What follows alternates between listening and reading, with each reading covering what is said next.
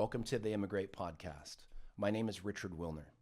I'm a certified specialist in Immigration and Nationality Law by the State Bar of California. I'm a co-founder and shareholder in the law firm of Wilner and O'Reilly. We're a full-service immigration law firm headquartered in Southern California. If you have a friend or loved one who's been detained by ICE or a federal agency enforcing immigration law, today's episode is for you. There are a lot of common misconceptions as it relates to bond or what's formerly known as a custody redetermination hearing.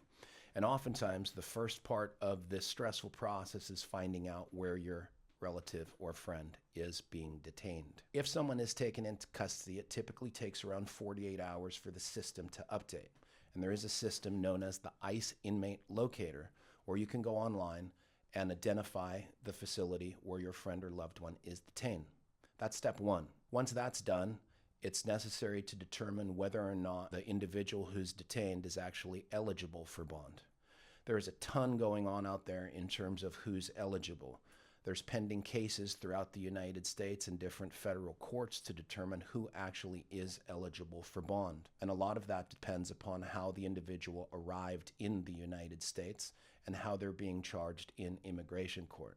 Being charged, I'm talking about what's the basis of removability. If the basis of removability is a criminal conviction, there are certain types of criminal convictions which result in mandatory detention. Mandatory detention means no bond.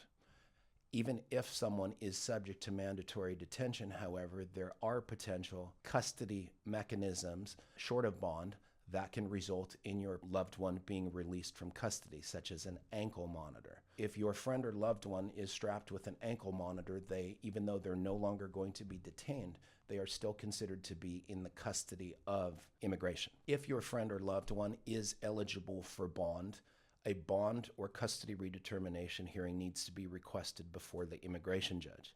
That hearing is separate and apart from the underlying removal hearings associated with the case.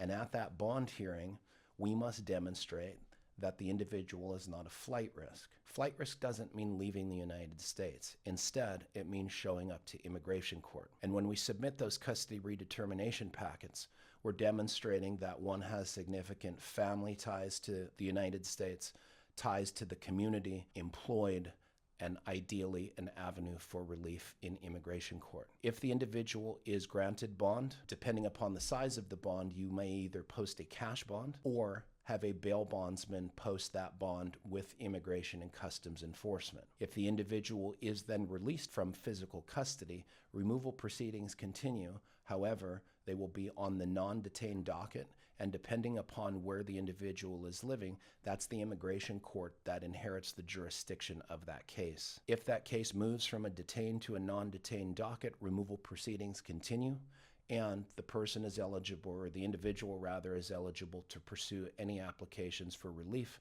that he or she would otherwise be eligible for. There is a lot going on in this space, and while I can't get into everything today, we'd be happy to speak further on the subject. So if you're looking for more information on whether or not your friend or loved one is eligible for bond, please don't hesitate to reach out at wilneroreilly.com.